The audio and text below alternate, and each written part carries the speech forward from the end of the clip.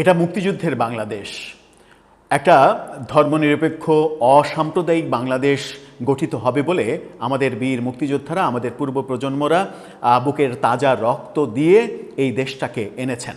এই দেশটাকে কোনো ধর্মান্ধ গোষ্ঠীর হাতে তুলে দেওয়ার জন্য তারা আনেননি, সেই স্বপ্ন তারা দেখেননি।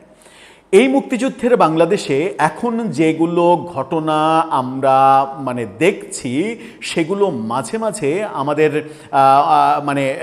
এতটাই অপ্রস্তুত করে ফেলে যে মাঝে মাঝে সন্দেহ হয় যে এই বাংলাদেশটা পাওয়ার জন্যই কি বীর মুক্তিযোদ্ধারা যুদ্ধ করেছিলেন।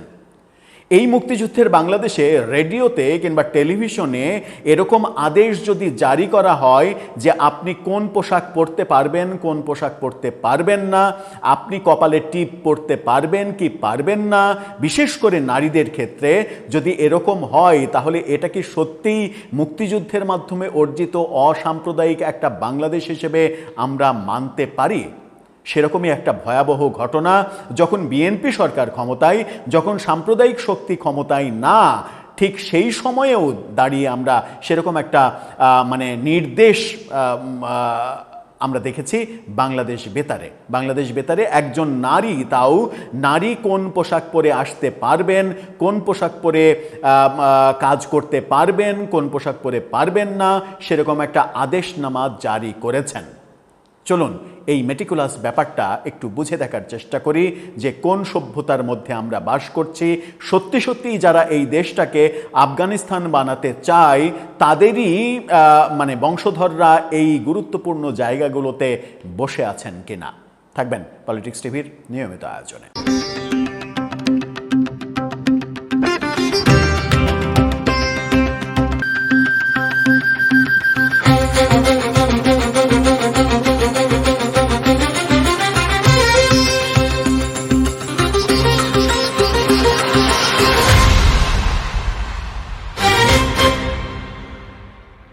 দর্শক, বলছিলাম বাংলাদেশ বেতারের কথা।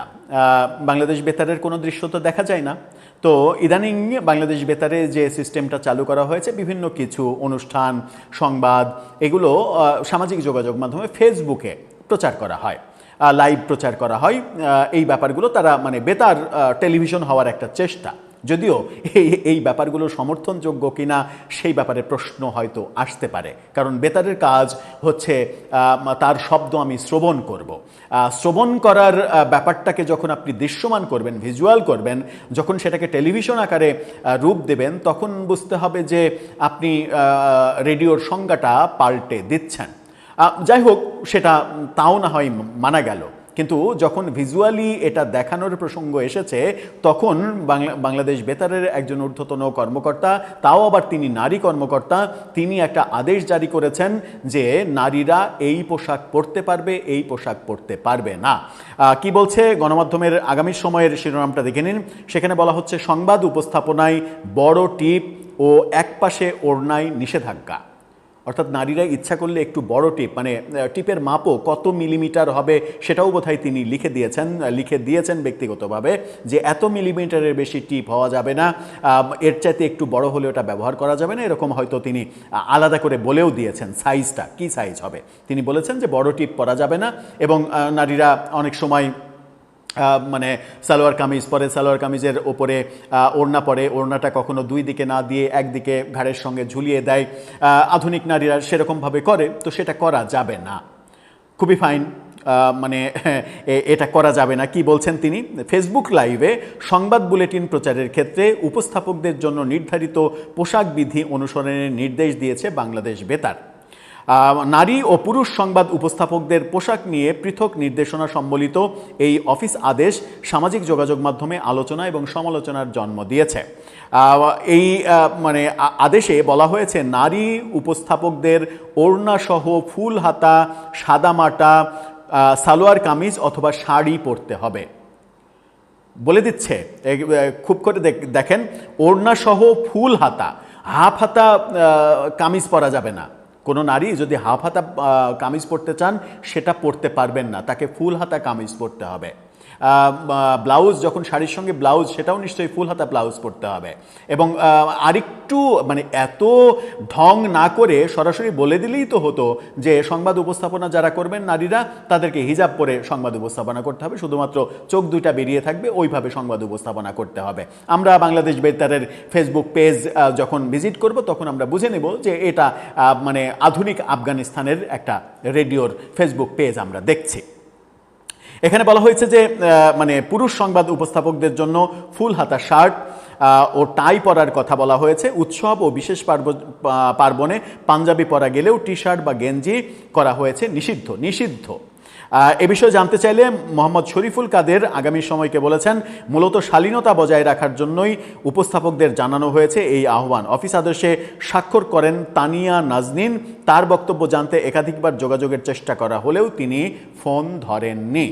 অর্থাৎ তিনি বুঝে গেছেন যে তিনি এই ধরনের আদেশ জারি করে বিপদে পড়েছেন, কারণ কোনোভাবেই আপনি নারীকে বলে দিতে পারেন না একটা অসাম্প্রদায়িক ধর্মনিরপেক্ষ দেশে যে নারী কোন সাইজের টিপ পরবে, কোন সাইজের টিপ পরবে না। বাঙালি নারীর হাজার বছরের ঐতিহ্য হচ্ছে শাড়ি আর টিপ। এই টিপ আপনি কত সাইজ কপালে তার মানাবে কি মানাবে না, সে কতটুকু পরবে, সেটা একান্তই তার ব্যাপার। আপনি কখনো এই নির্দেশ দিতে পারেন না যে টিপের সাইজটা এত মিলিমিটার হবে, এর চাইতে বেশি হলে সেটা পরা যাবে না।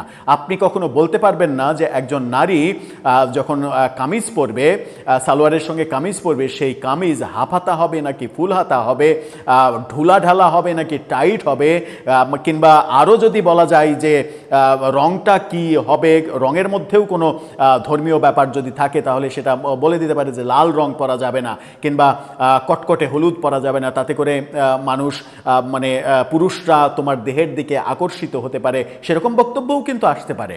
আসলে অবাক হওয়ার কিছু থাকবে না যে কদিন পরে এরকম বলতে পারে যে নারী তুমি লাল পরতে পারবা না, তুমি হলুদ পরতে পারবা না, তুমি পরবা কি কালো, যেন তোমার দিকে তাকালেও বোঝা না যায় তোমার অবয়ব কি। এটা বলেই দিতে পারে, এটা বলার সময় বোধহয় এসেছে। এবং সব থেকে দুঃখজনক ব্যাপার হচ্ছে যারা ক্ষমতায় থাকলে এই ঘটনাটা ঘটলে স্বাভাবিক মনে হতো, যারা এই বাংলাদেশটাকে আফগানিস্তানের শাসন ব্যবস্থায় রূপান্তরিত করতে চায় তারা তো এখন ক্ষমতায় নেই, নাকি আনঅফিসিয়ালি কোনো কোনো ক্ষেত্রে তারাই দেশের কলকাঠি নাড়াচ্ছে। দর্শক, আপনার কাছে কি মনে হয় এর কারণ? এর ব্যর্থতা কি শুধুমাত্র বিএনপি সরকারকে দেয়ার আমাদের অপশন রয়েছে, নাকি বহু কাল ধরেই, অনেক বছর ধরেই বাংলাদেশের রাজনীতির নিয়ন্ত্রণটা তিলে তিলে তিলে তিলে তিলে সাম্প্রদায়িক গোষ্ঠীর হাতে চলে গেছে? শুধু রাজনীতির নিয়ন্ত্রণ না, আর্থসামাজিক সমস্ত প্রেক্ষাপটে এই ব্যাপারটা চলে গেছে।